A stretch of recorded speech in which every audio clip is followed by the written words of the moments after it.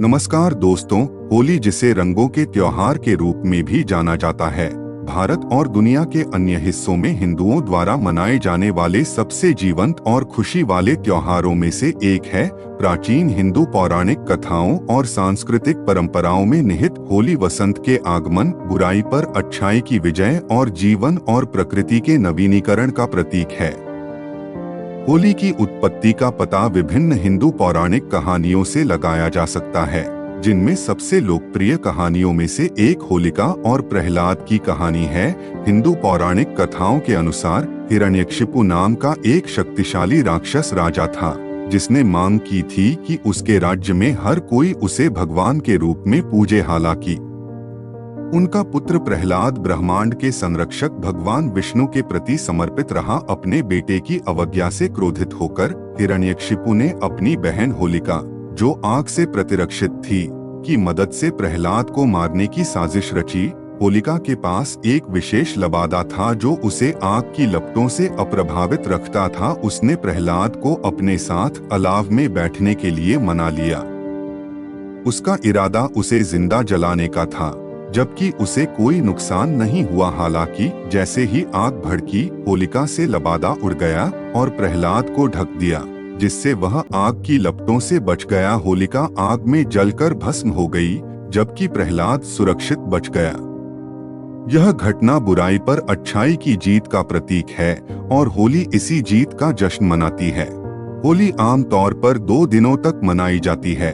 हालांकि कुछ क्षेत्रों में उत्सव लंबे समय तक चल सकता है। पहले दिन को होलिका दहन या छोटी होली के नाम से जाना जाता है, जिसमें शाम को अलाव जलाना शामिल होता है।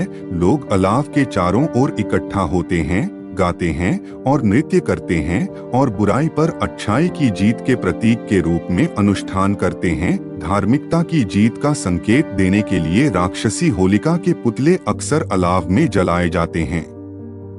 होली का दूसरा दिन, जिसे रंगवाली होली या धुलंडी के नाम से जाना जाता है, रंगारंग उत्सव मनाया जाता है। सभी उम्र के लोग रंगों, वाटर गन और रंगीन पानी से भरे पानी के गुब्बारों के साथ खेलने के लिए एक साथ आते हैं। सड़कें और सार्वजनिक स्थान रंगों का दंगा बन जाते हैं, क्योंकि लोग एक दूसरे का पीछा करते हुए एक दूसरे के चेहरे और कपड़ों पर गुलाल नामक जीवंत पाउडर लगाते हैं। वातावरण हंसी, संगीत और होली है कि हर्षोल्लास से भर गया है। होली जाति, पंथ और सामाजिक स्थिति की बाधाओं से परे एकता और उल्लास का समय है।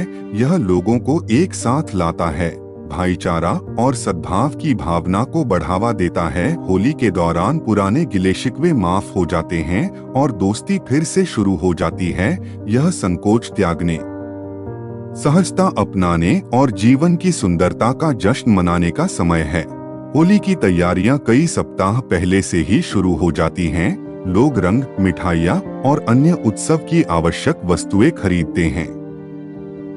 गुजिया जैसी पारंपरिक मिठाइयां, खोया, दूध के ठोस पदार्थ और सूखे मेवों से भरी मीठी पकौड़ी घरों में तैयार की जाती हैं। भांग के पेस्ट, दूध और मसालों से बना एक पारंपरिक पेय है, जिसका भी होली के दौरान सेवन किया जाता है, जो उत्सव की भावना को बढ़ाता है।